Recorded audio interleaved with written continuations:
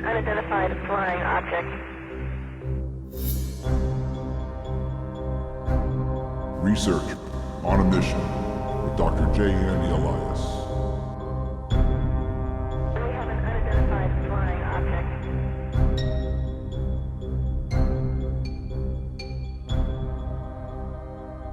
Welcome back to another episode of Dr. J Radio Live. Of course, I am your host, Dr. J, and tonight, co-hosting with me live in London is my good friend, Johnny Webb.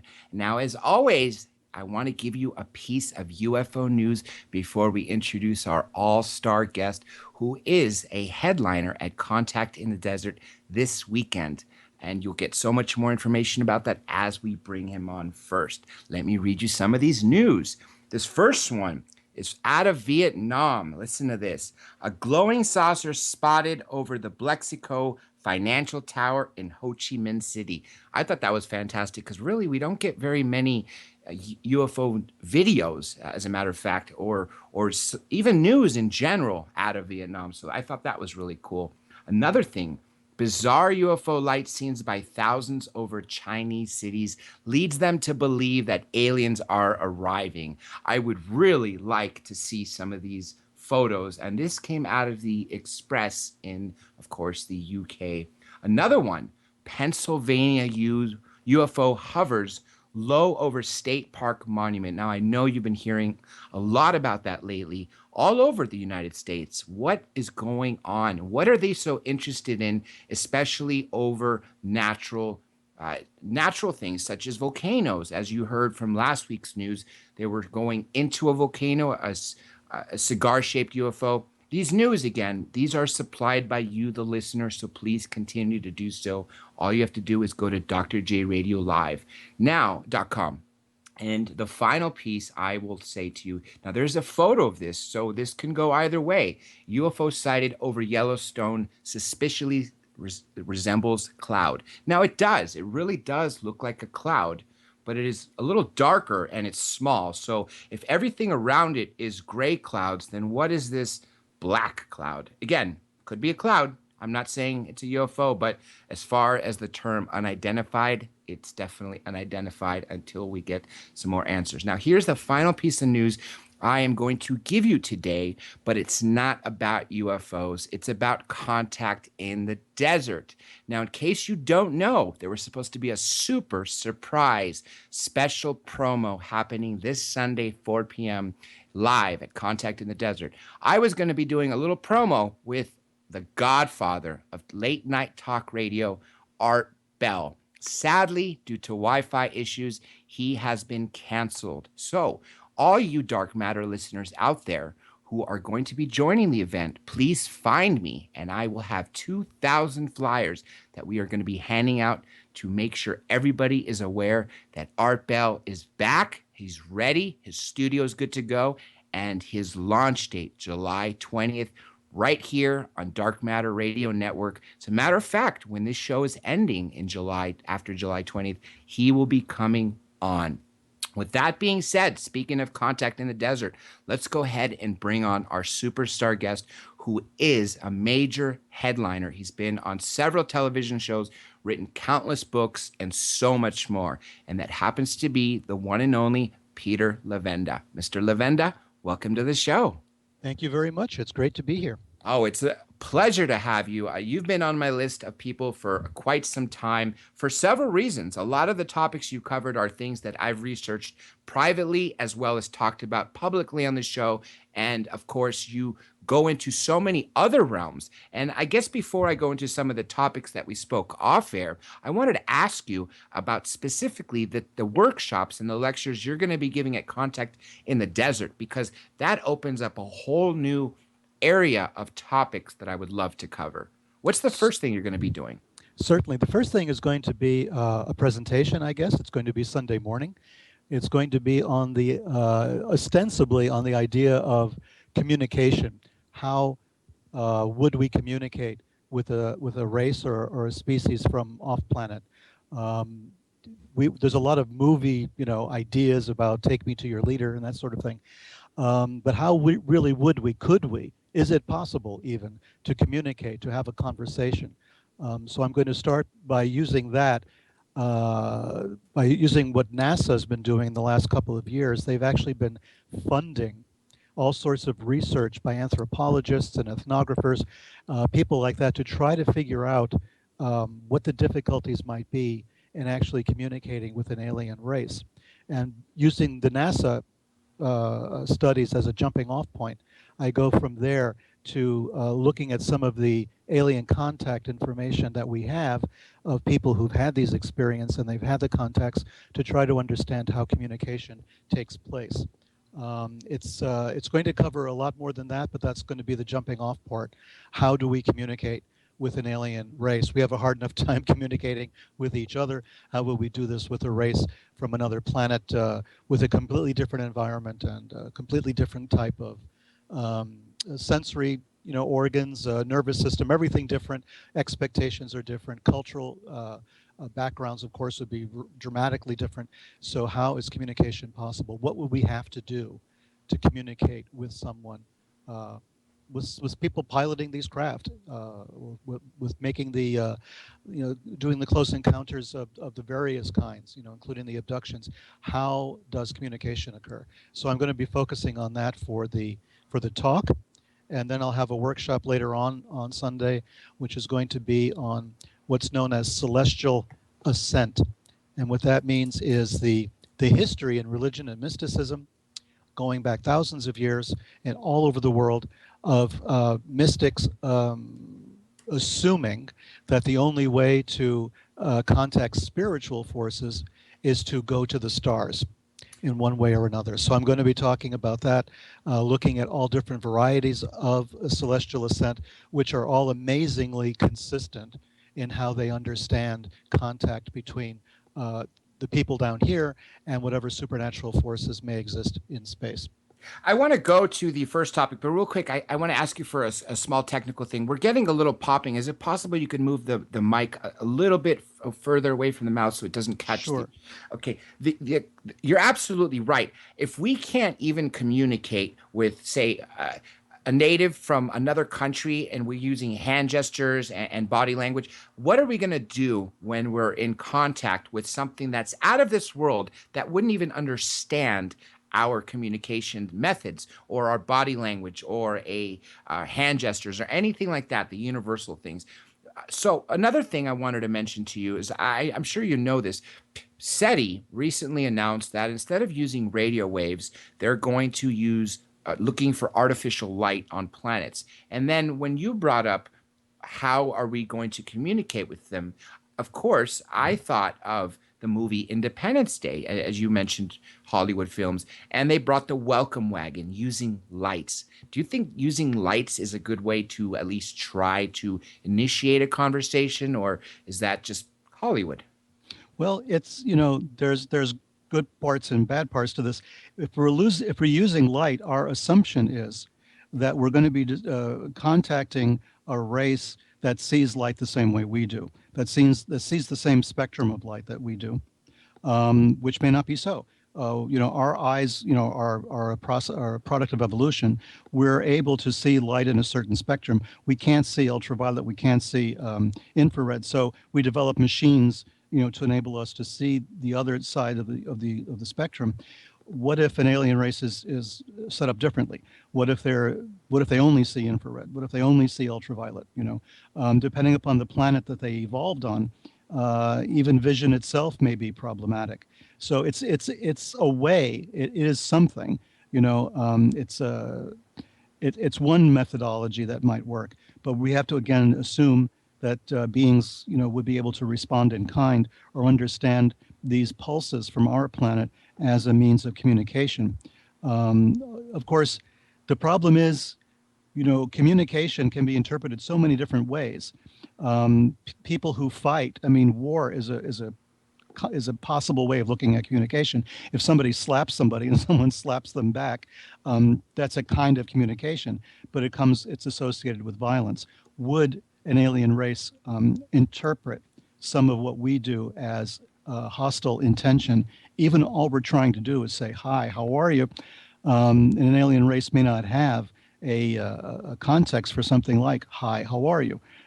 They may see light pulses coming from us as the beginning of an assault of some kind. I mean, there's all kinds of things that we have to take into consideration, and we're limited by our own sensory, our nervous systems, our own sensory apparatus. We're limited by our culture and our context.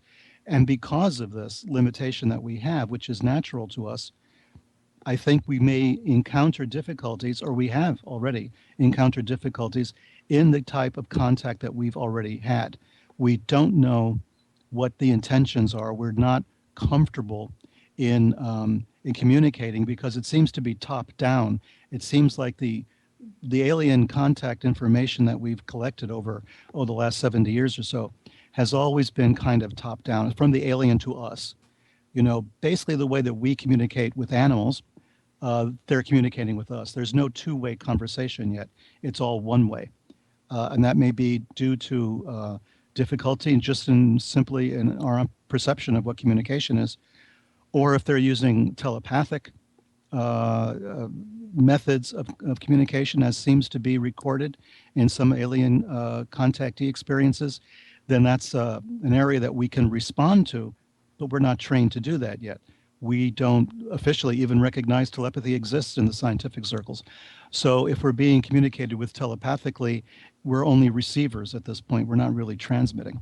Ever since I've heard that a lot of people that have had contact hear thoughts in their brains, and then before the term telepathy even applied, the way I first heard about it was people that had contact said, yes, they were speaking to me in my own voice, but their mouths were moving and I heard it in my head. And Right. clear lines of telepathy. But just as you mentioned, of course, we don't know how to use that aspect yet. I think we're too underdeveloped in that sense. I personally think we have the ability, we just don't know how to unlock it. And that's why a lot of people who've come in contact with these beings say that they're able to walk away with doing it. But like you said, we are more receivers than the transmitters. And if that's the case, then what are they transmitting, or what are they holding back during their transmissions that we're receiving? And therefore, because if telepathy takes away the facade that two-dimensional words use and the facade that everybody puts up every day, which is just part of being human, and telepathy tears that apart and goes straight into your feelings and in your mind, well, then we're not getting the same out of their minds. We don't know what they're up to. Absolutely not. We're at a disadvantage, which is my point. We're only receiving at this point. We're not able to defend ourselves or even to express ourselves in this form of communication. And it may be just exactly as you said, we have no defenses against this. And I think possibly what's been going on the last 20 years or so with the development of the internet and electronic communications is we're becoming accustomed to having our privacy invaded on a regular basis by other human beings and by social media. And think we're willing participants in this kind of erasure of our public and private lives. And this may be an artifact of what's actually taking place on a grander scale. It may be reaction to this that we're manifesting, we're projecting onto social media, we're projecting onto electronic media in general, that we're not really, we're losing our ability to self-censor. And this may be what is going to be a dangerous aspect of this type of communication. We now have government agencies that are entirely secret, that we know nothing about, that are actually looking at all of us who have no secrets. And so there's this major dichotomy, and this may be exactly what's taking place in terms of contact between humans and these putative alien entities if they're using telepathy. It's virtually the same kind of an idea. When you're sitting at your personal computer and you're communicating over the internet, basically it's an open communication source and there's somebody listening in. This is what I think may be happening in terms of communication between aliens and humans. We're having a conversation, they're listening to us, but we're not actually communicating with them. We're not talking to them, we don't know how. And they are listening to everything that we're saying.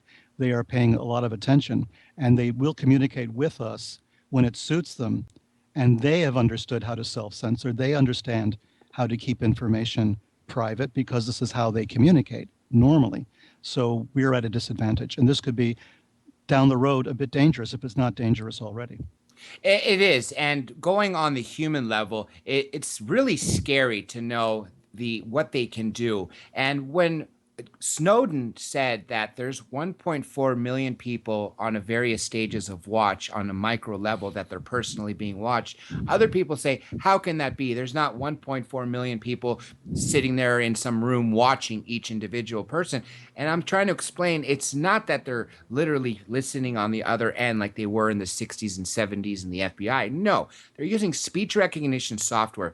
From the moment me and you and Johnny got on this show, every phone call we've ever made, every Skype message we've ever made, as well as every phone call, email has been cross-checked along with every address we have and probably everybody logged into this network and then some. That's how fast they are deciphering messages and listening in. So it's really a scary thought when you go down that aspect. And about these agencies that you mentioned, that we don't have anything to hide, yet these are secret agencies. That is dichotomy to the fullest degree. And the saddest part is, as you mentioned, who do they report to? Are they sovereign? And a lot of people refer them to as a secret government because a lot of the mainstream politicians don't even know that there's somebody behind them. Well, yeah, and the especially after 9/11, the growth of the intelligence community in this country has grown exponentially. There are now hundreds of organizations that have some intelligence gathering function or intelligence analysis function.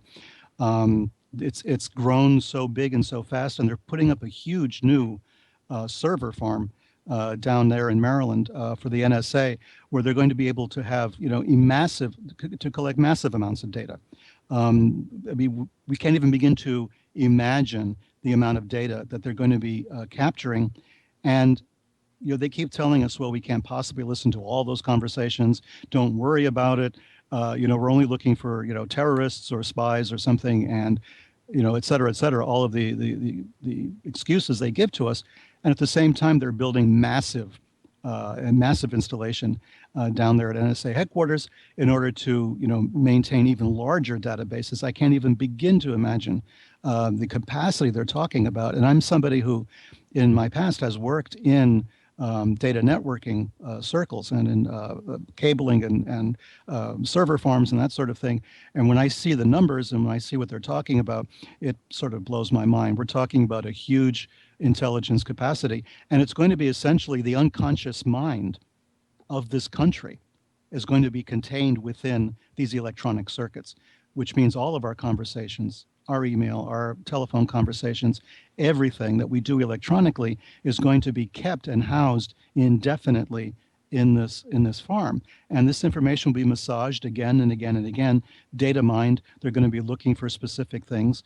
The law says that they can't really spy on Americans, but if an American makes a phone call or sends an email overseas, that's fair game, because they're going to listen to the other end, which means they're listening to you. Now, you may say to yourself, well, I don't send any emails overseas, but that's not really true. If you and I send an email to each other, we don't know what servers that email goes on to before it reaches you. In many cases, an email that I send from here, where I am, will wind up first in Europe somewhere before it gets to where you are in California. So you have that's open season. Once that happens, the NSA can collect that, which means basically virtually everything. Okay, everything is fair game.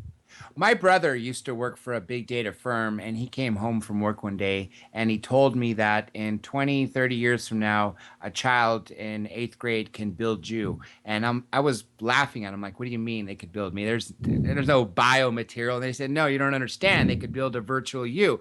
I said, explain to me how. What are you talking about? He says, well, essentially, just like you said, they're collecting every single piece of data and using it to sort of anticipate your next thought. And by using everything we've ever purchased online, searched on Google, phone calls we made, friends we made, they could sort of predict our next thought. And a commercial application of this, I'm sure you know this, or if you haven't, is Amazon. Amazon has now opened fulfillment centers locally in all the major hubs. Why? Because they now predict what you plan on buying based on not just your previous orders, but everything available through metadata. And when you think about that, it makes me think that not only was George Orwell right, but 1984 would have been a much better life to live in than what we live in now. Well, yeah, it's true. The idea that they can use software at this point, and this is absolutely true. What you were told is absolutely true. That software now exists that does anticipate what your next purchase is going to be. It builds psychological profile of you. And that's for Amazon for commercial purposes. But if the same software can be used to develop a profile of you for political purposes as well, to determine who you're likely to vote for on a very basic level, or build that up even more, who are your contacts going to be? They're going to look at the people you contact. Facebook has done a tremendous service to the intelligence community, because basically you list there all sorts of personal information. You have lists of your friends, of your interests, of the books you read and everything else. You're basically giving this all away for free, to the intelligence agencies. So this is what's going on right now. It's happening now. And we got into this because we're talking about aliens and, the possibility of alien communication and how much information they would get. Can you imagine if there is an alien craft hovering over the Earth at this moment that is able to read our metadata, right? They're actually able to read our electronic communications. They're actually able to build these databases on their own, possibly much faster than we are. If the physical characteristics of their craft that have been observed are anything to go by, they could probably collect this information much faster, much more quickly, and in much more profoundly, in much more profound ways, deep ways, and understand what's going on. And we're contributing to this. We're gleefully contributing to the growth of information and to the intelligence that not only our government has or other governments have about us, but also to, let's take one more step and say, to some other intelligence somewhere else in space. I would think that not only are they able to receive the same metadata because of the technological advances that they've been shown by operating the craft, and of course by some whistleblowers such as Bob Lazar, who have spoken about what the military and what I think now private military corporations actually have in their hands. We take it one step further into telepathy. Taking the metadata that is stored in all these servers is one thing, but throwing in on top of the fact that they're probably taking your thoughts right out of your own head and using that together, I can't even imagine what the data that they have upon us is. It's probably at a really scary level. Now, let me ask you this. A lot of people talk about the fact that the hybridization program over the decades has gone from these hybrids looking more and more humans, whereas 50, 60, 70 years ago, they looked more extraterrestrial. And some people go as far to say as they're walking amongst us. Dr. David Jacobs said that in his studies in the last 15, 20 years, 30, 40, 50 years ago, when someone was abducted and they were shown a hybrid baby or a hybrid child, they were told to love it, and they were observed loving it and everything along the lines of that. But what's changed is, according to Dr. Jacobs, is now when they're shown these hybrid children or hybrid adolescents that look more and more human, they're given human scenarios. For instance, one of the specifics that Dr. Jacobs said is they were shown a scene of a grocery store and say, what would you buy in it? And what for? Or shown a door with a door handle. What do you do with the handle? Or a garage door opener. What's this for? Or a kitchen. What are you doing there? And I got the impression that they're trying to assimilate with us humans. Do you think that they're walking amongst us now? Well, I don't have data on that, of course, except for what other people have said, and a certain kind of strange experiment that you can conduct yourself. I read about this in a book by Timothy Good, of course, the famous British UFO researcher. And this is something that anyone can do. You basically go to a very crowded area. You go to a shopping mall, for instance, or a train station or a bus station, and pick a seat someplace. And it should be a very crowded day. I mean, pick a time that there's going to be a lot of people around, and just simply sit in that very public space, and sit there for a while and sort of send out the message, telepathically, let's say, or just concentrate the message that you would like to make contact with somebody like that, with an alien or a hybrid or whatever you may call it, whatever it happens to be. Just do the experiment, sit there and see what happens, and things happen. You will find someone who suddenly looks at you from a distance, sees you, someone you've never seen before in your life, and they will smile at you or acknowledge you in some way. And then you may find that later, if you do this some other time in some other place, the same person will be there acknowledging you again. And this is one of the ways in which Timothy Good mentioned this in one of his books, and I've known that this does actually work. I mean, there is something to this. I'm not quite sure what it is, but it may be exactly what we're talking about. When he was on last month, he talked about the two instances where he had exactly what you talked about, of how he came across these beings, and one of them where he was somewhere and he saw someone that didn't quite look like they belonged, and he sent out the thought. He said, "If you are what I think you are, touch your right side of your nose with your right index finger." And sure enough, this being touched its right, took its index finger, touched its right nose, and then looked right at him. And that blew my mind. And I'm actually going to take the experiment that you said, because that's one thing he didn't talk about is taking this experiment and trying it. And I'm going to go ahead and try it. I'm going to give it a shot. And you're absolutely right. We got to try it in crowded areas, because, who's to say in a small area that we would have a chance of being there? You would think they would more want to fit within a crowded area so they could blend in, as opposed to sticking out in a crowd of 4 people. Exactly. Now I'm going to go to your other lecture, and I want to talk about celestial ascension. What can you tell us about that? Well, I became fascinated with this subject a long time ago. There was a famous professor of religions at the University of Chicago, Mircea Eliade, who wrote a book called Shamanism back around 1945 or so. And this was like the seminal text on the idea of shamanism, very scholarly, very academic work. But something about reading about the shamanic initiations and their rituals really fascinated me, because it would appear that they undergo a process first where they're alone in the woods by themselves. The person who wants to be a shaman, they're usually self-selected, or there's some omen that says this person's going to become a shaman. They go and they undergo through a period of fasting and meditation in a forest. They experience their own death and their own dismemberment. They actually experience this horrible, horrifying scenario in which their organs are removed and replaced as if they've been cleansed or somehow purified. Their limbs are all sewn back together and all of that, and they come back to their village. And after this contact that they have, now they have paranormal abilities.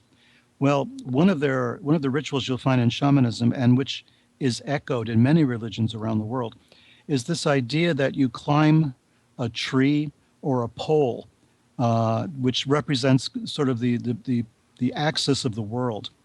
And you climb this to the very top, and at the very top you enter into communion with a god or with the gods. This became part of a very famous part of Jewish mysticism, Merkava mysticism or Hechalot mysticism, which is ascending on the planes, going up through 7 heavens, 7 stages, and then finally standing in front of the throne of God. Again, these things are all connected with the pole star, the North Star, around which the Earth revolves. The North Star is a symbol of immortality. But I think there's a bit more to it than that.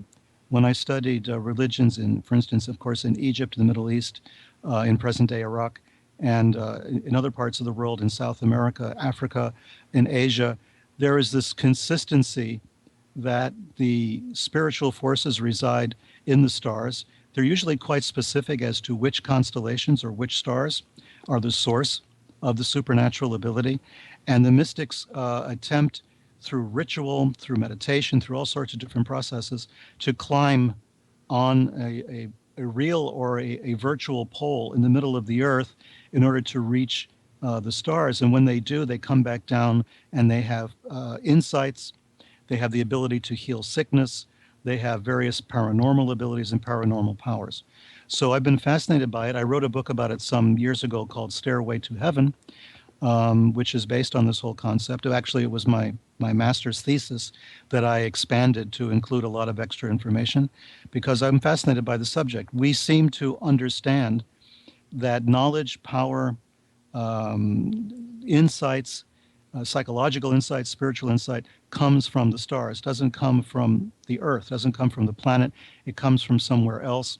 And there's this myth, which is common in many places, that we either came from the stars or we were at one point visited by beings from the stars who've gone away. And many of our religions are designed to try to attract them to return. You're absolutely right in the sense of people talking about been given wisdom from the star people. I don't know of a single ancient culture that doesn't have a reference to star people giving them knowledge, or the gods coming down in flying shields or flaming chariots to describe to them how to build certain things, or to give them things such as teach them astronomy. Again, it all comes down to, I guess, in a generic way to say it, that almost every single ancient culture has some form of story where star people have given them wisdom. And that's what blew me away, because it's so consistent among every continent, literally, where people thousands of years ago should have never even had the ability to know of what existed on the other side of the world, because according to our mainstream history, there was no contact between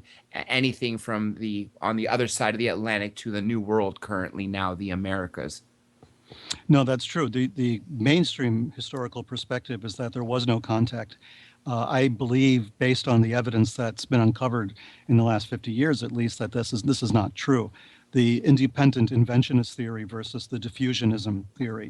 The diffusionists believe there was contact, and I think there's ample evidence to suggest there was contact. But this is the problem. If we don't think that there is contact, then we're stuck with trying to explain how cultures in all different parts of the world came up with the same scenarios. So the scientific approach would be, okay, our cultures were all in contact from across the Atlantic and across the Pacific. There was interplay of civilizations here. Historians say no. Archaeologists refuse to accept that. Okay, fine. Then tell us, how did cultures all around the world come up with the same scenarios concerning alien contact? Thank you for saying that, because that is exactly the question that I ask the mainstream archaeologists, the mainstream academics, the historians, the scientists, and you're right, you cannot get the right answer. If they tell you, well, there was no contact between the two, okay, well then tell me why they have similar structures. Oh, well, they just happen to think the same way other humans do. Okay, well then why do they talk about being given wisdom from star people? Oh, they were high on ayahuasca or peyote or something. You're never given the answer. So it's like they want to deny it, but okay, fine. If you're going to deny a theory, then present a different theory. The mainstream theories are to deny what we come up with, or with the science or the evidence leads us to believe, but yet they don't give us a theory that accepts everything.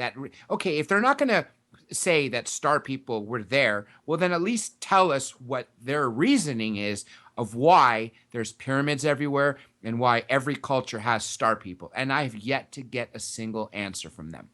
Well, the funny thing is, the scientists are always very fond of referring to Occam's razor, right? Yes. So the simplest explanation must be the right one. Well, the simplest explanation is that there was alien contact.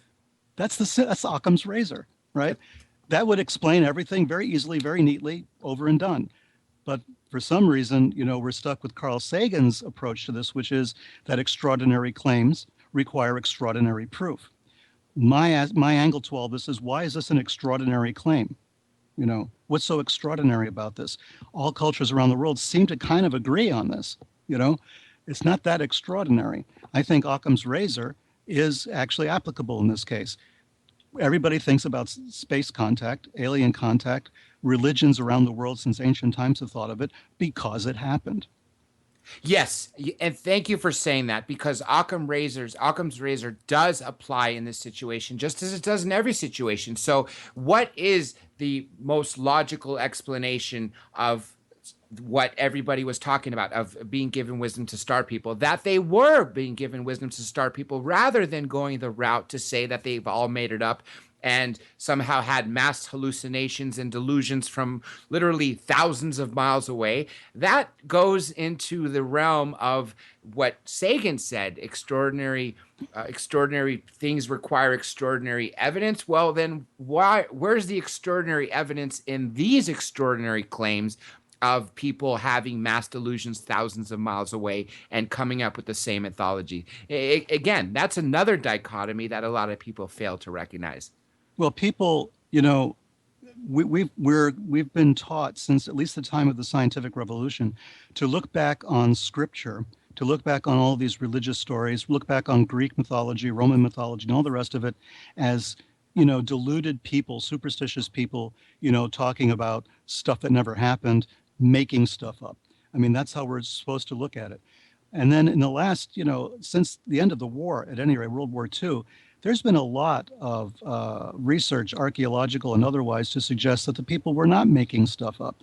They had a different way of expressing what transpired. They didn't have the language that we have to talk about technological things, for instance. They didn't have the technology, but they could relate what they actually saw and experienced. And they didn't make stuff up. The myths are not invented.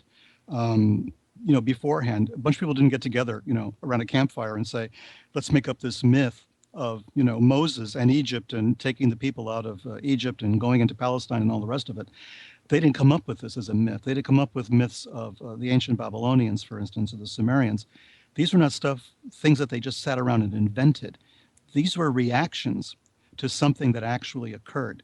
And I think that postmodern anthropology is basically coming around to the point of saying, well, the myths were developed to explain actual events that actually took place using the language that was available at the time. So we have to go back and look at this now, since we now have a more coherent vocabulary for technology and for science, to go back and look at all of this from a scientific point of view. I think what we're on the verge of doing, or what we should be on the verge of doing, is stopping right where we are, go back to the very beginning and start rewriting human history from this new perspective. I think that's really very important.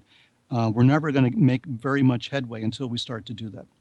Another thing, too, is going back 1,500 years, 500 years, 2,000 years, literacy rate was extremely low. It was only amongst the aristocrats and people who really could afford the time and the effort and the money to be taught how to read and write. So hence, are people really going to say, or the mainstream scientists really going to say, that every single theory or every single story was pure mythology made up by a science fiction writer? No.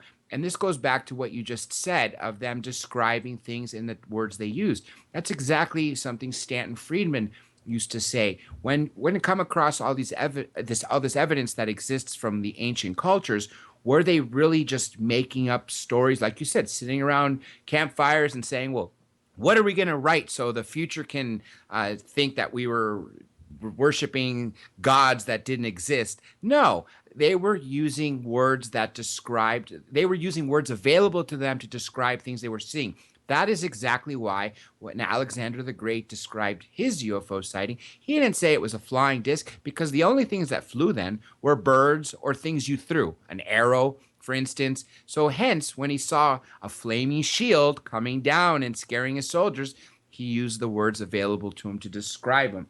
And another thing we do is, like you said, one thing I've always said we need to do is, instead of looking at all the ancient texts and reading them figuratively, read them literally. Read them literally, knowing in your mind that some of the words that they're using were words only available to them at the time. There was no word for machine. There was no word for airplane. There was no word for spacecraft at the time. So if you take that into consideration and literally read the Bible from beginning to end, you will find so many instances in there that can only be explained as something else, maybe a visitor. When they talk about angels coming down from the heavens above, or chariot from the gods, or wheel within the wheel.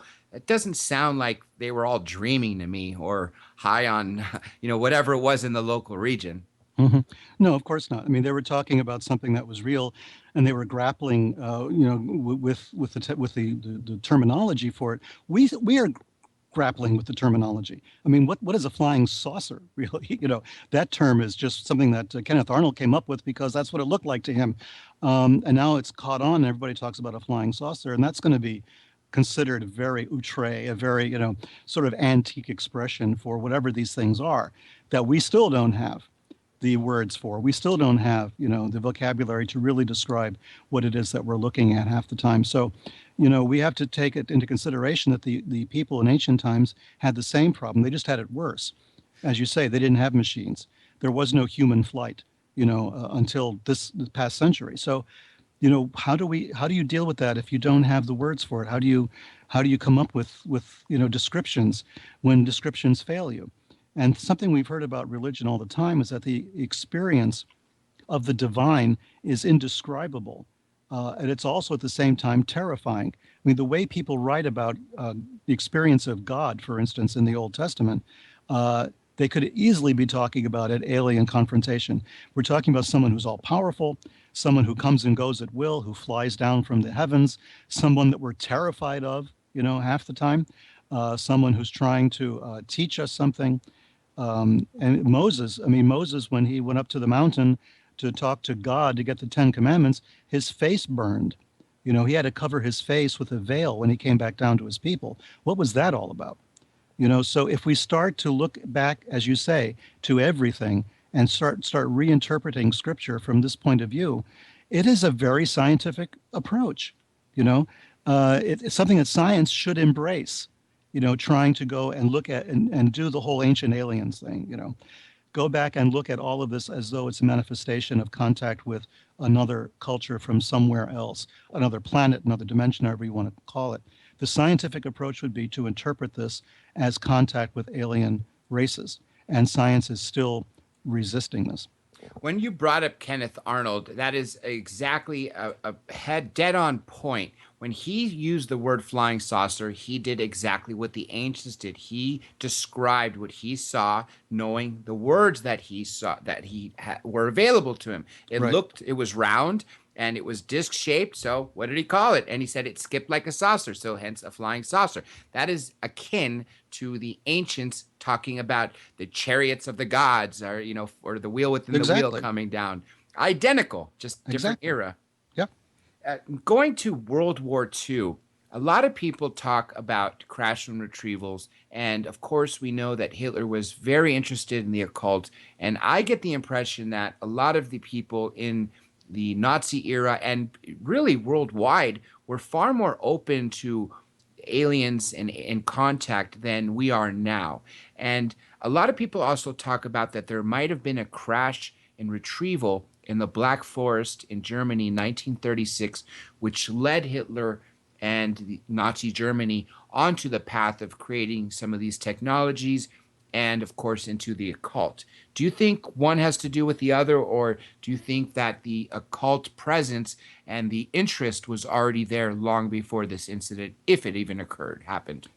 Well, the occult interest was there certainly long before 1936. The Nazi Party, per se, was formed right after the end of World War I, a few years after the end of the war. It was the German Workers' Party, and their symbol was the swastika. So right away, you're talking about an occult interest just based on their symbolism. If you look a little further, the origins of the Nazi Party were to be found in something called the Thule Gesellschaft, which was a German secret society. Gesellschaft is a society. The word Thule referred to a kind of a Shangri-La, but a sort of a Nordic Aryan Shangri-La in the frozen wastelands of the north somewhere, where supposedly the Aryan race had descended. And it was run by a man called Sabatendorf. He was a baron, perhaps a self-styled Baron Sabatendorf, and he created this secret society whose symbol was the swastika. He had read a lot of theosophical type literature, also the literature of people like Guido von List and Lanz von Liebenfels. These were two European mystics and esoteric scholars who wrote a lot about esotericism, hermeticism, the occult, and that sort of thing. When we first find Hitler living in Vienna after he left his hometown after the death of his mother, and he's trying to make a living as a painter. He's trying to get accepted into the Vienna Art Academy. He is reading voraciously a magazine called Ostara. And Ostara was a magazine put out by a man who formed an organization called the Order of the New Templars, as in the Knights Templar. And he was a former priest. He had studied religion and Oriental languages. He was a highly educated scholar who left the priesthood and formed his own sort of Templar order in Austria, and not too far actually from where Hitler lived in Linz in Austria. And he moved to Vienna and he created this occult society. He published this occult magazine, and we have at one point the young Adolf Hitler actually visiting this man at his offices, at the magazine's offices in Vienna. The guy took pity on him. He gave him a couple of free copies of the magazine and some bus fare home. And Hitler read this kind of stuff cover to cover. It was occult, but at the same time, it was very racist. It talked about the differences in races were spiritual differences.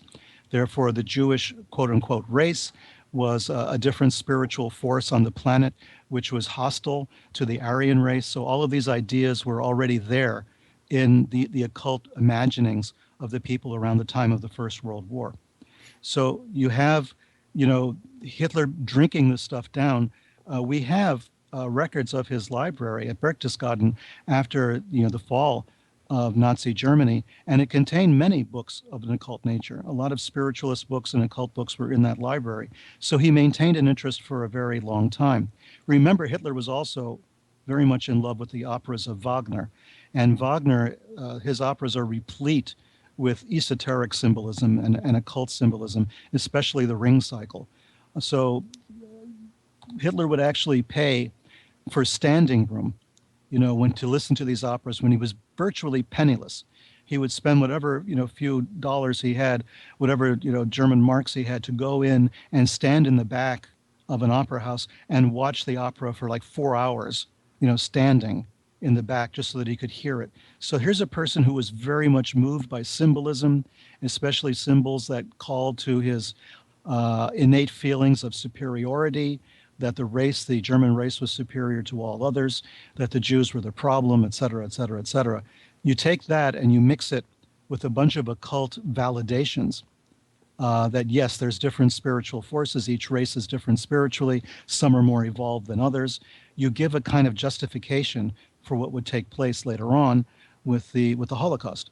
You're sort of building in a spiritual aspect to the whole thing. So yeah, the occult interest, especially of people like Heinrich Himmler and Rudolph Hess, was very pronounced. There's no doubt about it. It's very well documented. These were people who were fascinated by occultism, by paganism, and Himmler, the head of the SS, wanted to replace Christianity completely in the Greater German Reich and replace it with a sort of Nordic paganism that he was working on, of which the SS would be the priesthood. This was the whole idea behind the SS as an elite force, racially pure, proving their racial purity back to the year 1750 for officers.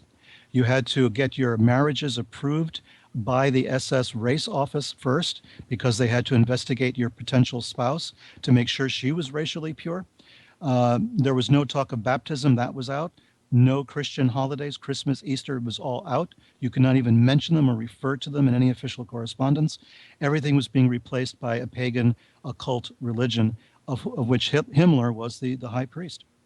One thing I find ironic about all of this is Hitler and his obsession with getting rid of the Jews or the Jewish people. But the funny part is the Jewish people of the 20s, 30s, and 40s, of which he exterminated, really had nothing to do and are a whole different set of the original Jewish religion people, the people of the Jesus's time and before that. You're talking about people living in the Middle East and having that heritage rather than European people who converted at some point in their later life. So when he targeted the Jewish religion and all of its people, I think he really was misinformed in so many ways, which is one of the reasons why he's demented. But I just think it was ironic because he really targeted the wrong group. He shouldn't have been targeting anyone to begin with, but you see where I'm getting with that. No, I understand.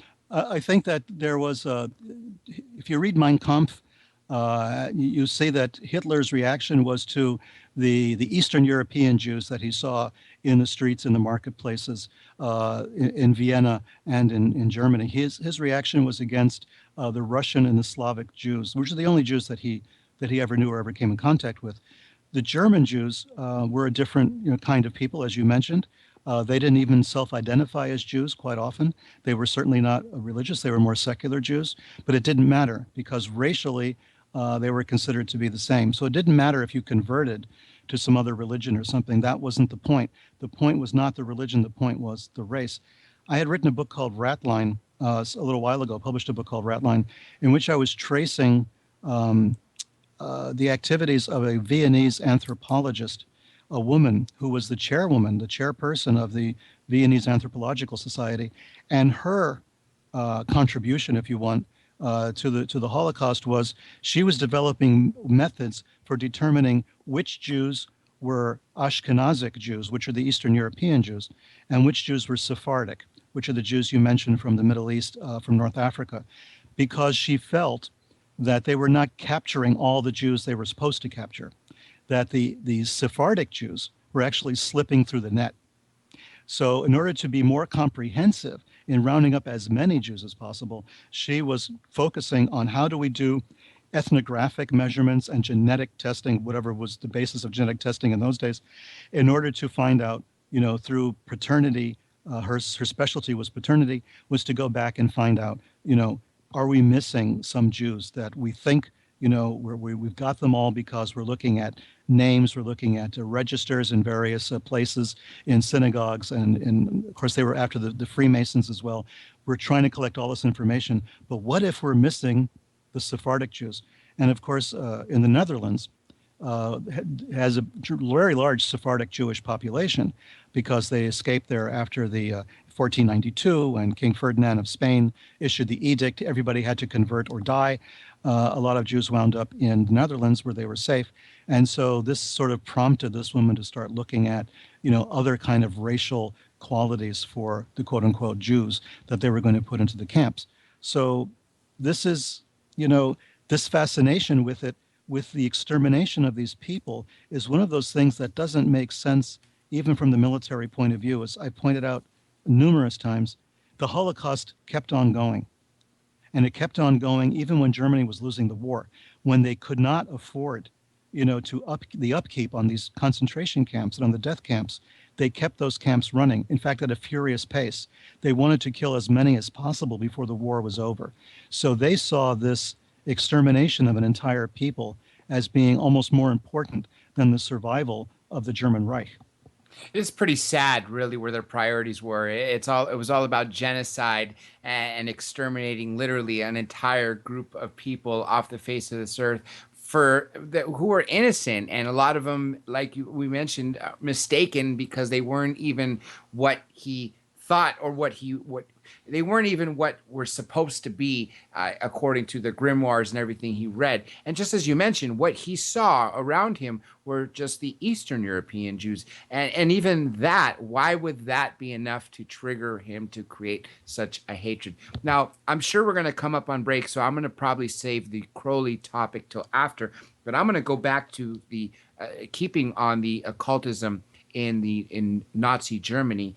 Which officer was it, a high-ranking Nazi, that actually flew to the UK and ended up being captured because he wanted to, I don't know what his deal was, but he looked at an astrological map and realized it was a good day to fly and to broker some sort of, I don't know if it was treaty or negotiation. I don't know the full story about it. I just remember it was someone who was very into the occultism and a high-ranking Nazi that was captured in the UK. That was Rudolph Hess. Yes, Hess. Can you give us the background story of what led to that? Oh, yeah. Well, Rudolph Hess was a fascinating guy. He was Hitler's right-hand man. He was the number 2 man in Nazi Germany until he got on that plane. which is something that Hitler tried to downplay later. Rudolph Hess was born in Alexandria in Egypt. He was very much involved in occultism. He was involved in studying every aspect of the occult. He was fascinated with that, with astrology, with all of this. And he was one of the people who marched with Hitler at the Beer Hall Putsch in 1923 in Munich when Hitler tried to take over the country in a military putsch. Hess was arrested along with Hitler, thrown into jail, into Landsberg prison.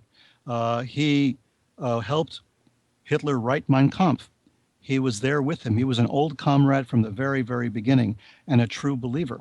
And at one point, just as Germany was about to put Operation Barbarossa in effect and invade Russia, invade the Soviet Union, Hess decides he's going to fly to England in May of 1940, I believe, and try to broker a separate peace with England.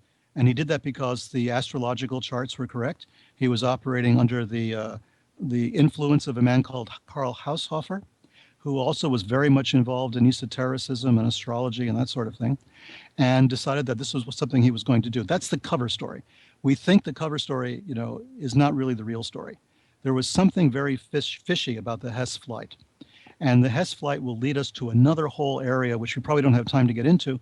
But one of the people who examined Rudolph Hess was a man called Dr. Ewan Cameron, who was a psychiatrist who later became head of the World Psychiatric Organization and had contracts with the CIA. He was trying to develop mind control, behavior control methodologies on behalf of CIA through his office in Montreal in Canada. And he investigated Hess, asked to do so by Winston Churchill, because Churchill had a funny feeling that the Hess in prison was not the real Hess, that it was an imposter. And on that note, everybody stay tuned to this show. We're going to continue so much more for Mr. Lavenda on occultism, on aliens in Nazi Germany, and much, much more. And of course, more on Contact in the Desert when we return from this short break in 3 short minutes. We'll be right back. This is Georgia Tsoukalos, and you're listening to Dr. J Radio Live.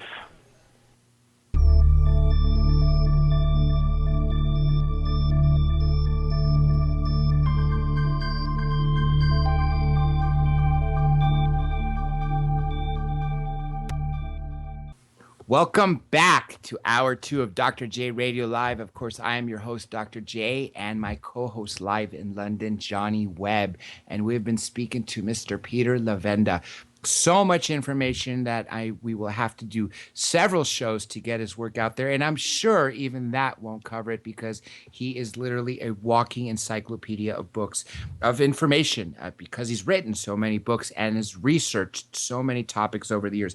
Real quick, before we return to the conversation, just some news. This Thursday show is a double. Hour 1 is Robert Morningstar. And to kick off Contact in the Desert, Hour 2 is Eric Von Doniken. 1 week from tonight, when we return from Contact in the Desert, I want all of you who are attending to reach out to me and let me know your thoughts. That way, Thursdays, a week from Thursday, next week on believe it's the 4th, I would love to hear what you guys had to say about Contact, your best experiences, your worst. And if you want, I'll even read your letters on air.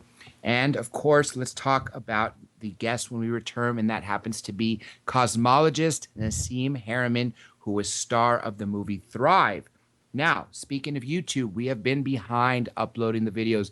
Why? Because I'm trying to find you guys some new footage so you have as eye candy. So just give us some space, and when we return, there'll be several to go. Giorgio Tsoukalos will be uploaded. John Anthony West sent some amazing footage, which I will put in the footage as well as Daniel Sheehan. And, of course, tonight's show will also be there. Now, Contact in the Desert, as you heard, sadly, Art Bell is not going to be there, but the flyers will be there, and anybody out there who is a fan, find me and we'll hand them out. And if you don't know where I'll be, well, Saturday night at the Disclosure panel, I will be on there. So either right before or right after, that's where you'll find me, and as well as other places.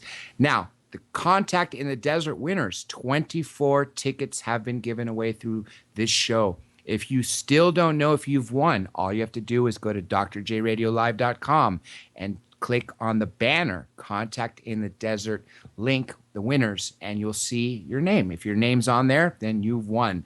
If it's not, then hope to see you there anyway. And of course, we'll run the contest again next year. Now, before we pick up where we left off, I would like to ask our guest where people can find him, as well as what's coming up, as well after Contact in the Desert. Mr. Lavenda, is there a website people can find your work at? And what are some of the latest books that you've written and any new projects that you're working on? Sure, I'd be happy to tell you. I mean, I have a website. It's peterlavenda.com. Pretty easy to find. It has some introductions to some of the books that I've done, Hitler Legacy being the latest one, but also books like Tantric Temples, Ratline, and some of the other works that I've done. You'll find a breakdown of those books. And of course, you can get them, the books, anywhere, Amazon, the usual suspects, Barnes & Noble, places like that. I'm working on a number of other projects right now. One of them is kind of hush-hush. We'll talk about that later when I actually am given the ability to discuss it. It's going to be a very exciting project.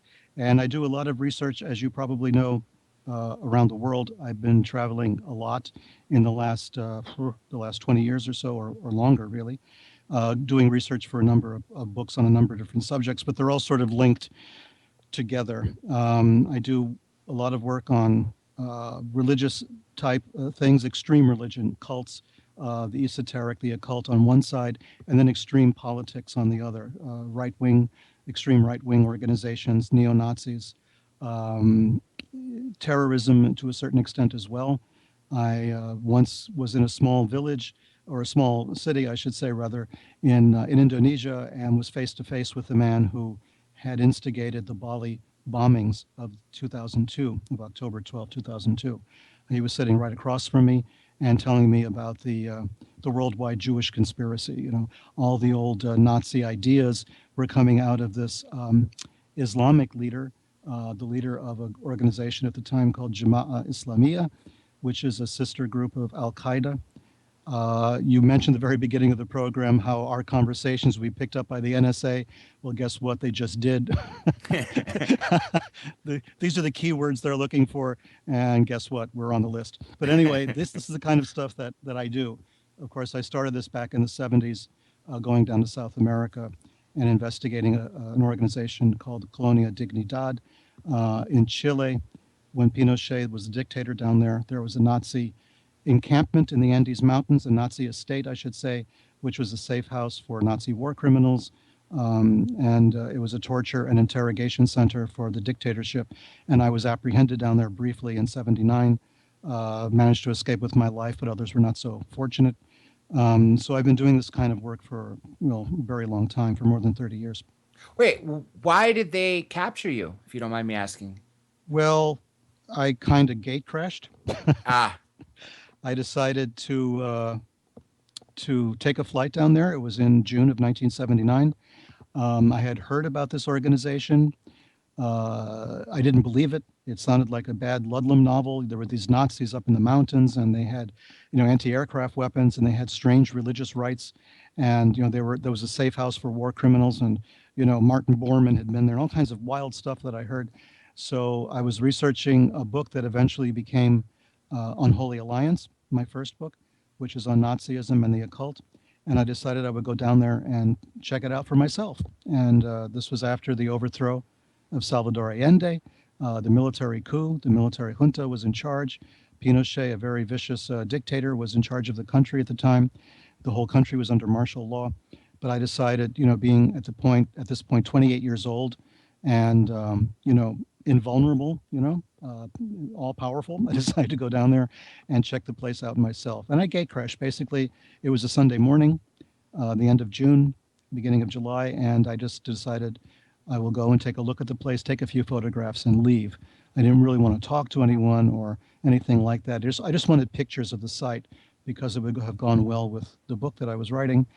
And I was detained. Our car was surrounded. I had been up there with a driver and a local driver.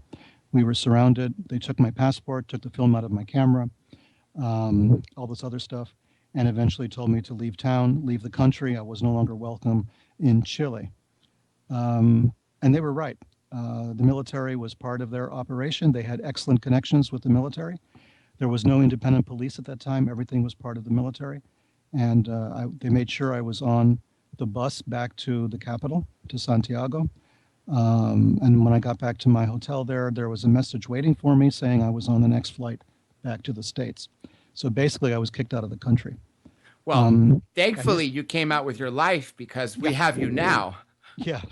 Well, somebody else was not so fortunate. There was a man called Boris Weisweiler who was simply hiking in that part of the world, not even very close to the colony, but in that same general area. Chilean security forces picked him up and took him to the colony, and he was never heard from again. They still don't know what happened to him. And that was a couple of years after I got out of there. So they have been killing people on a regular basis. They found graves. They found documents that were buried. Eventually, they found hidden caches of weapons and weapons of mass destruction. They were actually involved in creating sarin gas and other types of chemical and biological weapons at Colonia Dignidad for use for the sort of Nazi underground that I write about in the Hitler Legacy. So it was a very serious, very dangerous place. But this has sort of whetted my appetite for this kind of research, so I haven't really stopped since then. Now, your interest in Nazism, a lot of people have interest because I want to know how society, how humankind can be so brutal, and how a person, I have interest in Hitler in two ways. First, just why was he so demented? Why was he on this mission to kill all these innocent people? And then the other part is a strange fascination is how did this loser corporal from World War I, a little 5'2", 5'4", short little guy, short in stature, weak, yet was able to command the entire country to give an oath of allegiance to him, not to the country of Germany, but to him. That's what fascinated me. And of course, I've always wondered, was there any mind control involved or anything like that? And that's sort of what piqued my interest. Now, I'm going to tie this into what we had before break. We were speaking about Rudolph Hess getting caught in the UK, and then Winston Churchill initiating Dr. Cameron to give a psych profile on him. And I didn't know that it had something to do with the CIA. And of course, that led to the future of mind control programs, including MK Ultra, their precursors, and whatever they're using now. Do you think that Hitler and anybody else in the Nazi field was using any form of mind control, whether on their own citizens, military, or just in general? I mean, propaganda, in one extent, could be considered mind control because you're sort of giving facts that you think are favorable to you to change a mindset in favor of what you want. I mean, I know that's not an extreme form, but in my mind, it's a very mild form. No, I mean, it's definitely psychological warfare and propaganda are definitely parts of mind control. This is the Germans developed this to a fine art. Their word for propaganda was a very long German word, Weltanschauungskrieg, which means worldview warfare. In other words, it's warfare to change your worldview. So that's how they understood propaganda to be. Propaganda was a noble enterprise. Joseph Goebbels was in charge of that for the Reich. And he was a man who made constant speeches on the radio and in person and everything else as part of a propaganda campaign. But yes, it's all part of psychological warfare. It's part of mind control. It's all a part of it. If you look at the film footage of the Nuremberg rallies, there's no way you can come away from that and not realize that this was a very elaborate mind control operation with Hitler as a kind of a messiah figure, with all of the torchlight processions, all of the flags, the music, everything done in utter absolute precision. When I wrote Unholy Alliance back in the 90s, I said the Nazi Party was not a party, a political party, the way we think of it. The Nazi Party was a cult. That's what it was. If we really try to understand that the Nazi Party was a cult, like Jim Jones in Jonestown, or Charlie Manson with the family, or anything like that, then we can understand what the Nazi Party was. The Nazi Party was a cult operation. The SS were the high priests of the cult. And this is how this whole thing happened. The people on our side that became very much involved in psychological warfare operations against the Nazis, people who worked for General Eisenhower, Dwight Eisenhower at the time, guys like C.D. Jackson, later went on from their psychological warfare operations during World War II to become advertising men on Madison Avenue, right? They understood that they could use the same technology they used in warfare to try to change the minds, the hearts and minds, and the worldview of their own people, of Americans. And so there was this porting of this system from the war and a war effort over to domestic concerns so that the governments could use the kind of psychological warfare and propaganda initiatives they had used during the war. They can now change this, use the same ideas, the same basic understanding to make people buy stuff they didn't really want to buy, or to make people vote for people they didn't really want to vote for, or whatever else, to change the reality, to change our group reality, our group consciousness, to make us all think and believe the same thing. Our worldview, as the Germans would call it, right, the worldview warfare, is molded by what we see and hear every day. It's rarely molded by what we independently learn on our own, right? It's only molded by what appears on television, what appears in the movies, what appears in media. These are things that this is our information about the world. We're stuck with that, unless we have the courage and the time and the initiative to go out and try to find information on our own. So this is something that I realized very early on, as early as the 1960s, when Vietnam was in the air and all these things were happening and taking place, and people could die because of an adherence to one kind of propaganda over another.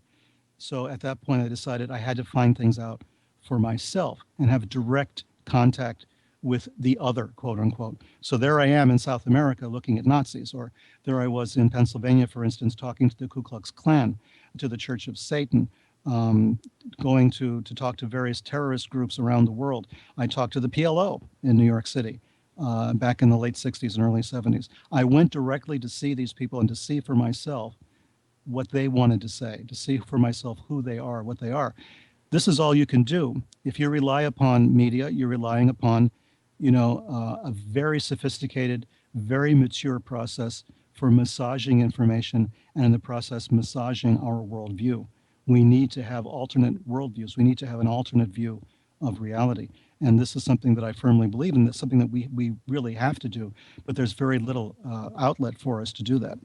We can't rely on mainstream media. You're right, because it's all in one direction in favor of what they want us to go. And just like you mentioned, it's pretty sad to know that psychological warfare ended up being used not just for domestic purposes, but for commercial applications. But you know what? Sadly, it doesn't surprise me. Johnny, live in London, actually has a question for you. Johnny, you with us?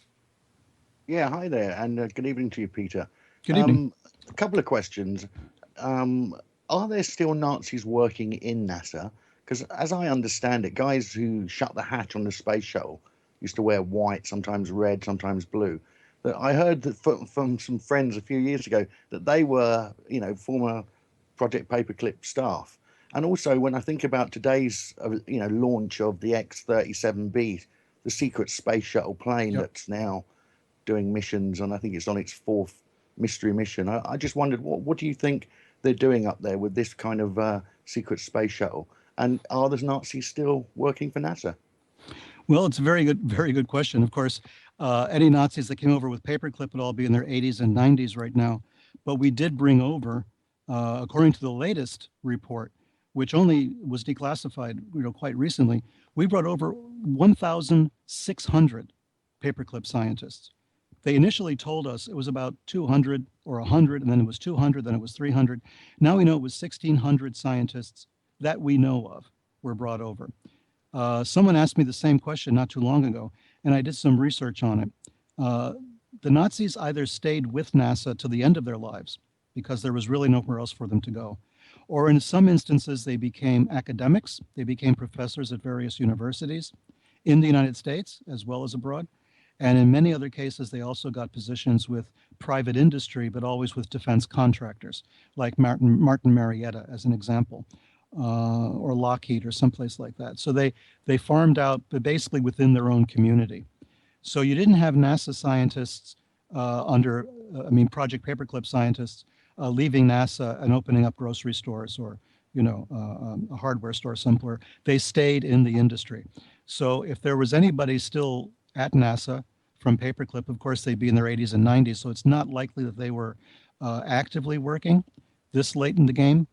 But my problem is that we did not do anything to stop the inflow of these people into the country. They did not have our best interests at heart. They were not suddenly patriotic Americans. They had kept many of their ideals privately, quietly, but to themselves. They were still Nazis. They sometimes cooperated with their colleagues behind the Iron Curtain back in the days of the Soviet Union. In the 1940s, they were still sending messages back and forth to their friends who were actually working for the Russians at the same time. We wonder how Sputnik got up there before ours did. And we had scientists from Paperclip working at White Sands and places like that who were deliberately sabotaging the rocket programs at that time. In fact, we landed a missile near Juarez, Mexico, back in those days. A missile actually landed, fired from the United States, landed, just narrowly avoiding hitting and killing people in Ciudad Juarez. I mean, this phenomenal stuff happened that we don't know anything about. The Paperclip scientists were not kept under lock and key. These were people who were dedicated Nazis in many cases. Werner von Braun was an SS officer. There's no doubt about that any longer. These were people who used slave labor in the camps, and yet they had the full run of our cities. They were able to leave the laboratories where they were working for NASA, especially down in Mexico and in Texas, and wander around the streets, send mail to anybody they wanted to. They were in communication with underground networks of other Nazi scientists, but other Nazi agents, people working for the Nazi underground. So much was going on that we didn't care about because all we were concerned about at that time was fighting the Soviet Union. So we got into bed with these people. We ignored the fact that these were, in some cases, mass murderers or willing accomplices to mass murder. And we stopped looking for Nazis on the run. I mean, by 1947, which is a watershed year, 1947 saw the creation of the national intelligence apparatus, saw the creation of the CIA. 1947, of course, also was Kenneth Arnold. It was Roswell. It was all of these things happening all at the same time. And at the same time, in 1947, we decided we would no longer go hunting for Nazi war criminals. We shifted our attention from actually trying to prosecute Nazi war criminals to hiring them, whether it was as paperclip scientists, whether it was for our intelligence operations against Eastern Europe and the Soviet Union, whatever it might have happened to be, including helping to train terrorists, Palestinian liberation forces in Egypt to go against Israel. All of these things we either turned a blind eye to, or we actually actively collaborated in doing. And this is something that I found out. I think I'm not the only person who understands this, but I've come across it so often. I've written so far 3 books based on this subject. Unholy Alliance, Ratline, and Hitler Legacy are all talking about the same thing. We have to take this situation seriously because we took our eye off the ball and we didn't watch these people. What happened was they proliferated like a virus into a lot of our institutions, both in this country and in Latin America and the Middle East and back in Europe, all over the place. And they are changing some of the political conversation because of the effects that they've had, quite discreetly, but they've had a tremendous effect. And to go to your second question about the new spacecraft, of course, I've been following that story as well. This goes back to, the secret space program and the idea that there is a secret space program, and people kind of poo-poo that idea in the mainstream that, there couldn't possibly be. It would cost way too much money. And how could you keep a thing like that secret for any length of time? Blah, blah, blah. Forgetting about the Manhattan Project and other things we've kept secret for a very long time. The Tuskegee syphilis study, or MK Ultra, for instance, which we didn't know about until the 1970s, although it had started in 1950. We can keep secrets. And there can be a secret space program. There can be another agenda that we're financing with black budgets or whatever. And what are they going up there to look at? How do we know? We have no way of knowing. We're not allowed into this conversation. And I think that it's time that I think governments should stop treating their citizens as children who can't be entrusted with some additional information as to what we're up to. Are they afraid that if we do find out what they're up to, that we'll pull the plug economically? They shouldn't be. They've got black budgets. They have ways of financing this. Or are they afraid that we'll just go absolutely nuts if we find out what they're really up to, what they're doing, which is more likely. I noticed that you're a member of the Orthodox Catholic Church, and you joined it for a while and then you left. Can you tell us why you joined it and then when you left, and what it does today? Okay. Well, you opened up a whole can of worms there, Johnny. I'll be happy to tell you. It's something that's very bizarre.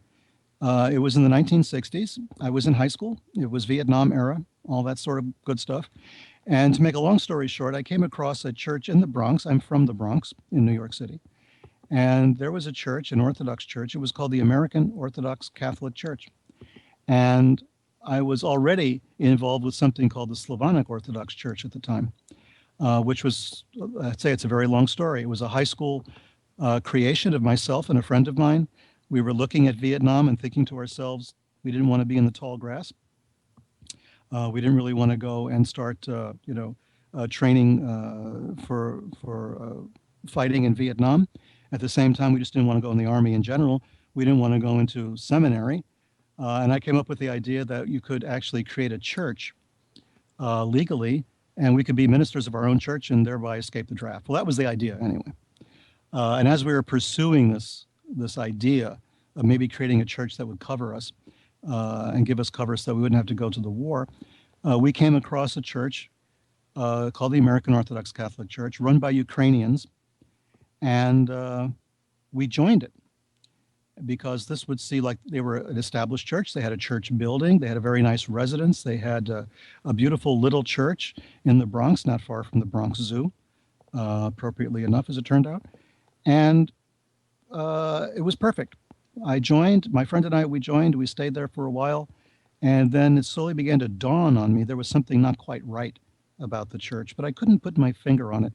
I had been told a lot of stories when I was there. The head of the church told me that he was going to become the White House chaplain if Dewey had won the election against Truman, which of course he didn't, so that became a moot point. But he was a very strict, very severe anti-communist.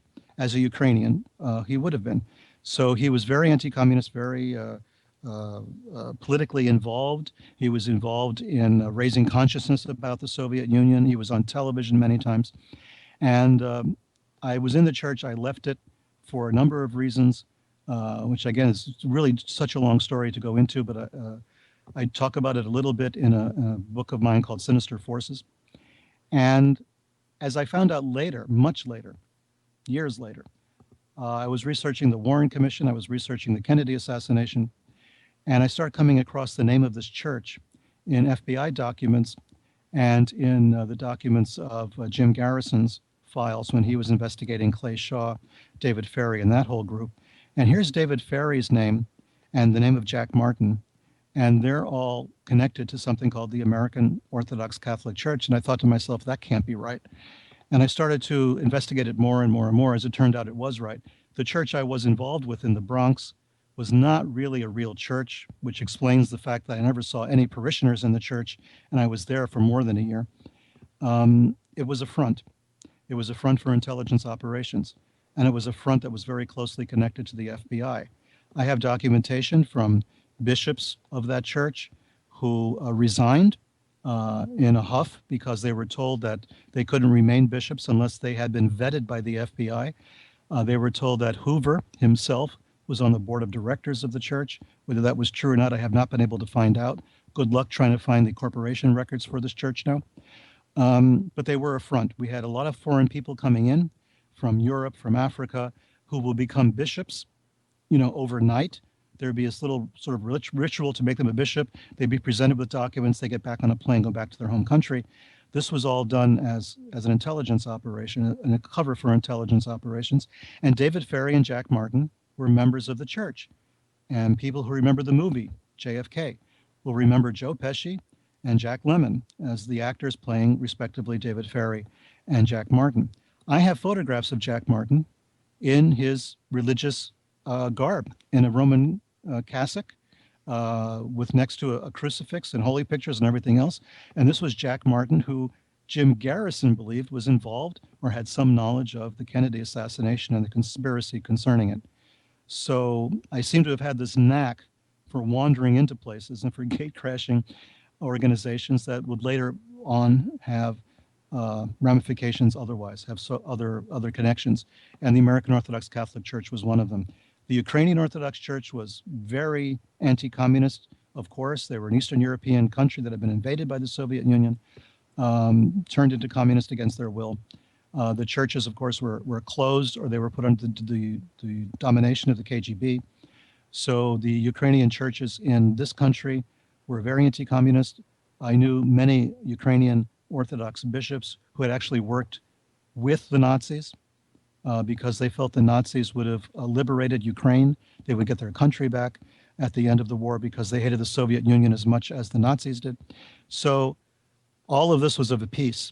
And then later, of course, there was the connection of George de Mohrenschildt in Texas, his involvement with the white Russian community, the Russian Orthodox Church, which was just as pro-Nazi and anti-communist as the Ukrainian Orthodox Church. So there's a history of the Eastern churches. Understandably, in a sense, they were very anti-communist. And like the Catholic Church during World War II, they sort of made a bed with the Nazis because they saw the Nazis as the lesser of two evils. I'm actually glad you brought that up. Brings me full circle. First, let me make a quick comment. It does not. I would like to say it surprised me that you came across a church that ended up being a front for an intelligence agency, but it does not surprise me one bit. I'm sure there's so many fronts, whether they be churches or even stores. Obviously, we know of dummy corporations being fronts for this. So it's a scary thought how close they really are to people, yet people don't even realize that. Now, going back to World War II, the Vatican was very instrumental in getting a lot of people out of Nazi Germany, a lot of Nazis. And I'm sure you followed that trail. And then some people go as far as to say that Hitler didn't die where he was purported to die, and the skull that the Russians ended up finding ended up belonging to a female. So it wasn't even a male skull that was found where his body was supposed to have been burnt. Do you think he survived? Well, I wrote a book on this called Ratline, which I bring up the possibility that he did.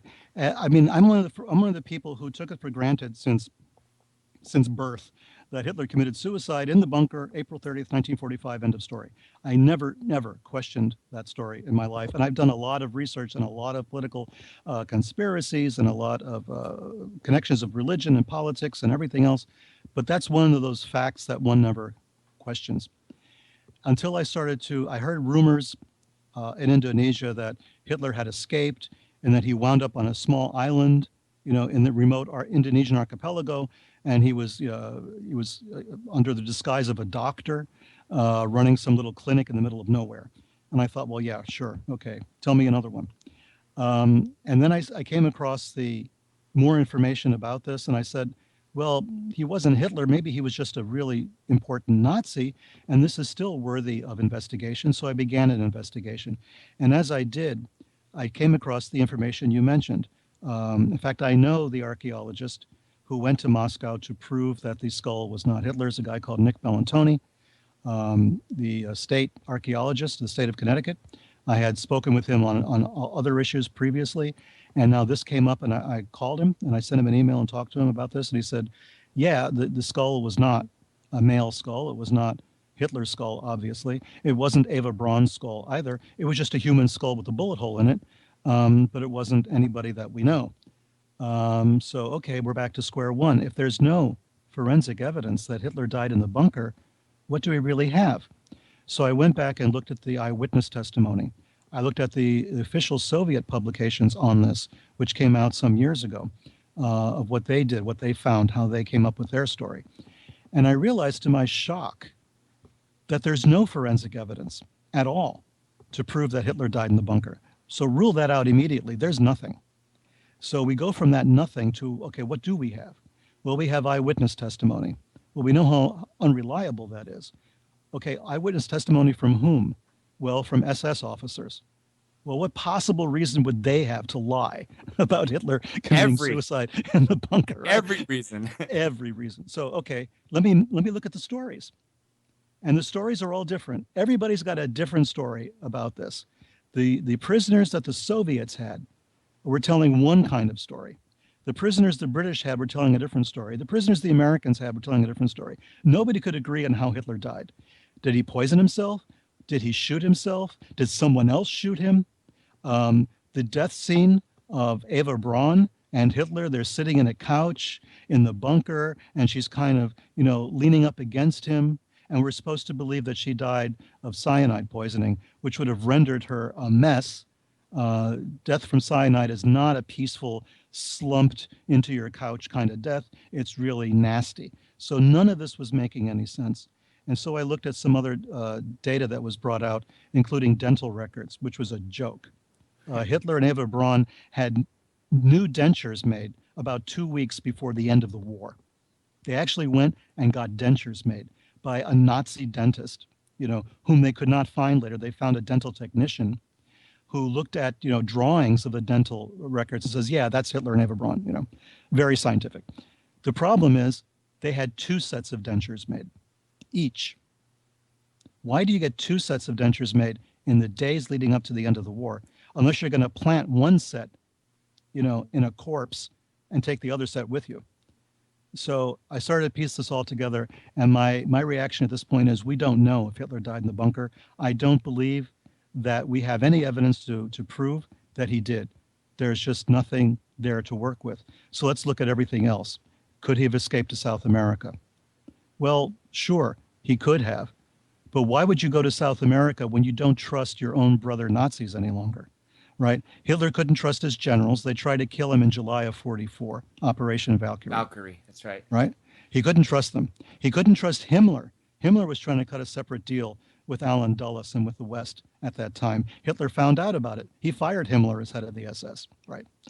On and on and on. He couldn't trust anyone. So where would he go? He would go somewhere else. And that's when I started to look at the story that he went to Indonesia as a definite possibility, because it's the largest Muslim country in the world. It's remote. It's very far away from anything that's going on. The Israelis would never have thought to do a snatch out of Indonesia. They would have stood out, miles away. They would never have been able to penetrate the country and do that. So all of these things began to kind of make sense to me. And I said, yeah, maybe it's possible that Hitler would have wound up there. He would have been safer there, certainly, than he would have been in South America, where all it would take is one, disgruntled Nazi someplace to drop a dime on him, and get a get out of jail free card. So I started to put that together and think, if Hitler and Eva escaped together, remember in those days no one knew about Eva Braun. They didn't know she existed until after the war. It was one of the best kept secrets of the Third Reich that he was involved with a woman. They only got married, according to the documentation, right at the end of the war. So no one's looking for a couple. They're looking for a guy with a bad haircut and a mustache, right? So what if they're looking for a couple now? What if the couple is, a woman dressed as a nurse and a guy in a wheelchair, Yes, pushing through the rubble of Berlin? There's the escape. So this is speculation, but so is the idea that Hitler committed suicide in the bunker. Speculation at this point. There's no evidence to prove it. agreed. Johnny, you got a question? Go ahead. Well, yeah. Hi, Pete, again. It's a question really about something that you mentioned earlier, but something I'd like to talk about. And it was the Bali bombing in Indonesia. Because when I was living in Indonesia a couple of years back, just before the Bali bombing, in fact, I remember seeing a video. I think it was either Suharto or Sukarno. But basically, they were talking about the bombing in Bali was an American explosion. It was using C4 American explosives, and the style of what they call a double bomb to draw the people in was a tactic that was used by Western society and not an Indonesian setup. Do you have any information on that at all? Well, it's interesting. I was living in the same part of the world. I lived in Kuala Lumpur at the time. that this happened, that this took Malaysia, place. right? Yeah, and and I did a lot of traveling back and forth, of course, to Indonesia and to Bali. And yes, of course, the October 2002 bombing was horrific. Of course, many Australians died in that conflict. And when I actually went to the pesantren, the religious boarding school in Solo in Indonesia, and I was with a group of people, and we went to the pesantren. Of course, it made the news in Indonesia at the time. And I was able to talk to the Abu Bakr Ba'ashir, the guy who was the founder of Jama'at Islamiyah, and he was very cagey on the subject of the Bali bombing. He gave what sounded like a prepared statement every time he was asked about the Bali bombing. One thing he did say was that it was a mistake, that it was a mistake to bomb an Indonesian target, that we should not undertake these bombings in the country of Indonesia. We should take the war to the enemy, which meant in this case the United States and Australia and Singapore. He has a real bad problem with Singapore. So these three countries are on his hit list, or were on his hit list. And his every time we pushed him on the subject of the Bali bombings, he would not go into it. Of course, he was in jail for this. He had gotten out of jail. When I saw him, he had been out of jail for a short time. He went back into jail a bit later. I think he's still in jail. So he wasn't really wanting to talk about that, but he did talk about his sort of Nazi fantasies about a world Jewish, a global conspiracy and all of that. As far as the actual bombing itself is concerned, I've heard stories like that. It would not have been Sukarno. It was Suharto who tried to promote the idea, or promoted it through some of his people, that there might have been, an American or some kind of foreign presence behind it. They didn't want to take responsibility for it. But by that time, Suharto was out of power. The sister of Sukarno and the Sukarno family was trying to promote a different story as well. So there was a lot of innuendo taking place in Indonesia around the bombing. There was this idea that it was caused by Westerners. That's part of you're always going to hear that from Indonesian media, not just Indonesian, but Malaysian and Indonesian and a lot of Middle Eastern media. Anything that happens in the world is going to be the result of, an American conspiracy or a Jewish conspiracy, and it couldn't possibly be us, right? I think in the case of the Bali bombing, I think definitely that it was Jama'at Islamiyah who instigated it, that it was Abu Bakr Ba'ashir. I think there's no doubt about it as far as actually the will to carry out the attack. But as far as the type of attack and the C4 and where it came from, that's a very good question. It either came from the Indonesian military or it came from abroad. There's no domestic source for any of this material in Indonesia, as you know. You can't even own a firearm in Indonesia. You can't own bullets in Indonesia. So people with the expertise and the ability to not only acquire explosive materials, but to use them is extremely limited.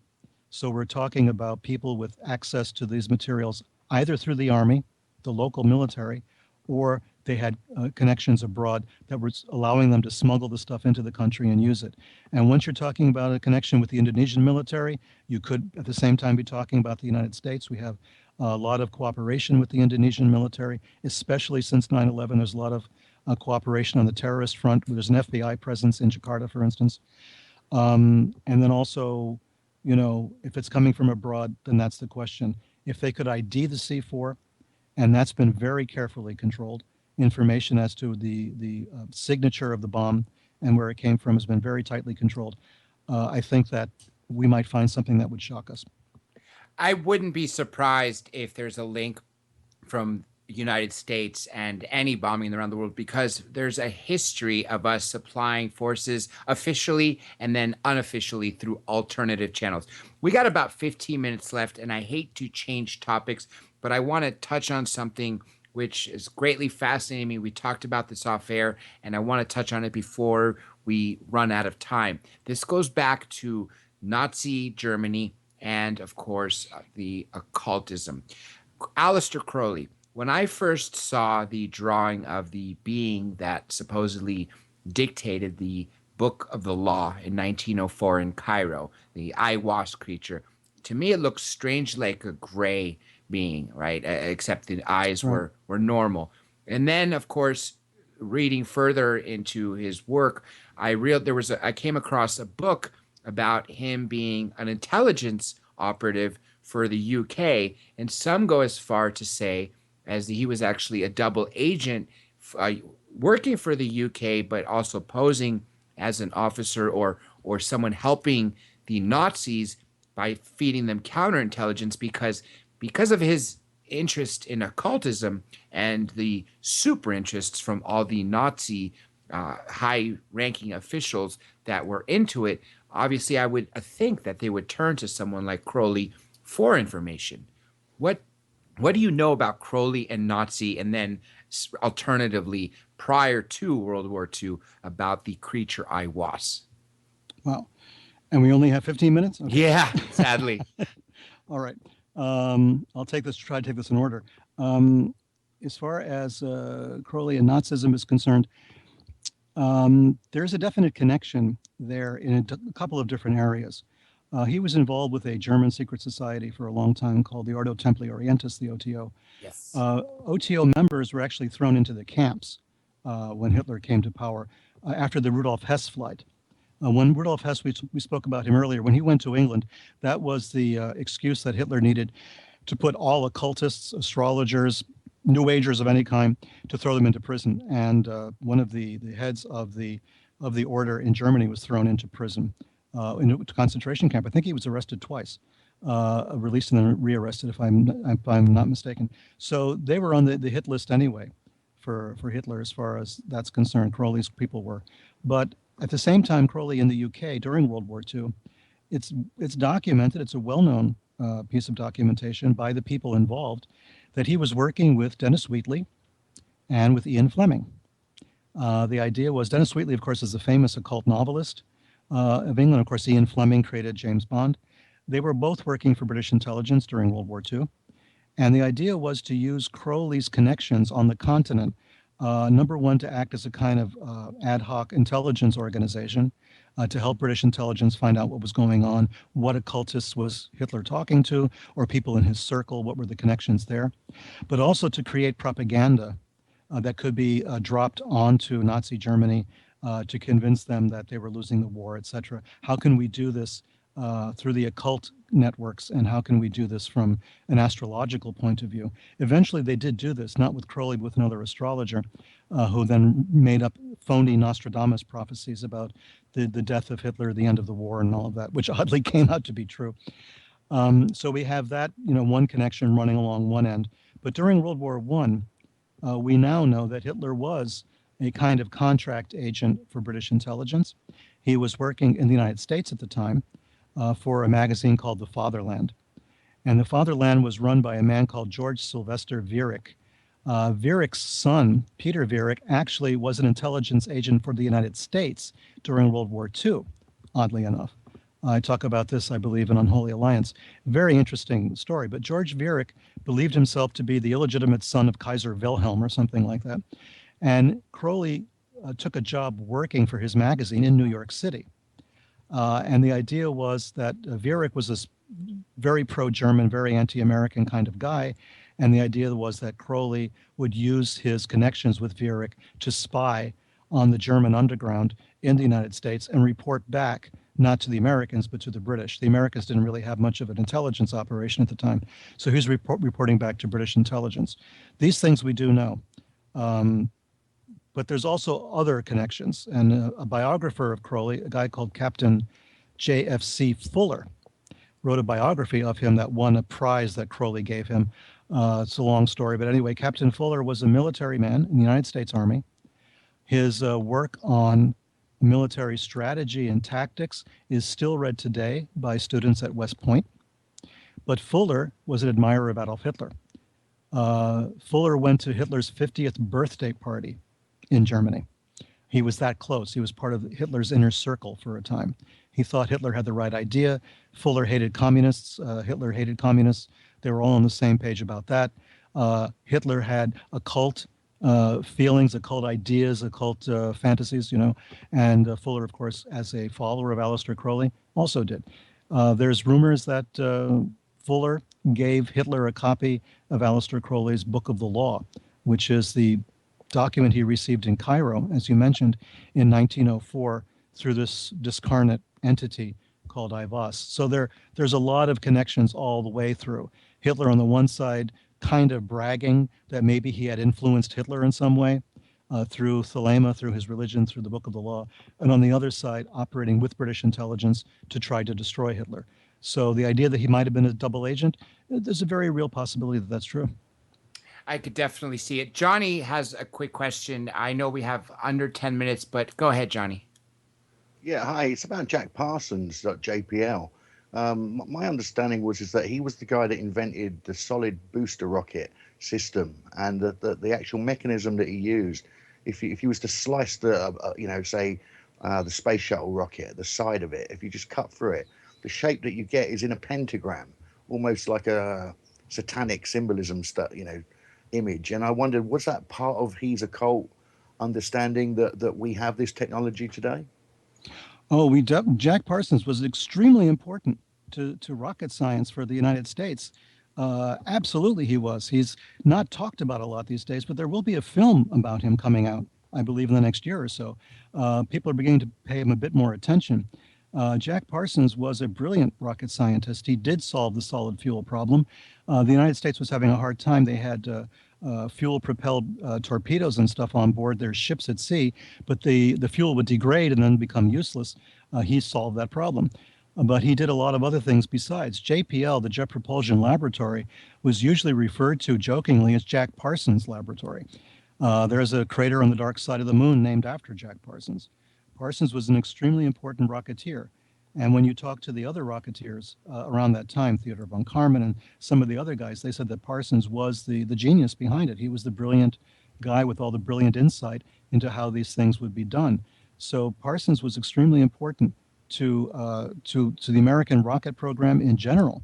And he was a follower, a very devoted follower of the same Aleister Crowley we've been talking about. He at one point ran the American branch of the Ordo Templi Orientis in California, in Pasadena. But he lost his security clearance. The FBI thought he was involved with some weird cult, which is kind of true.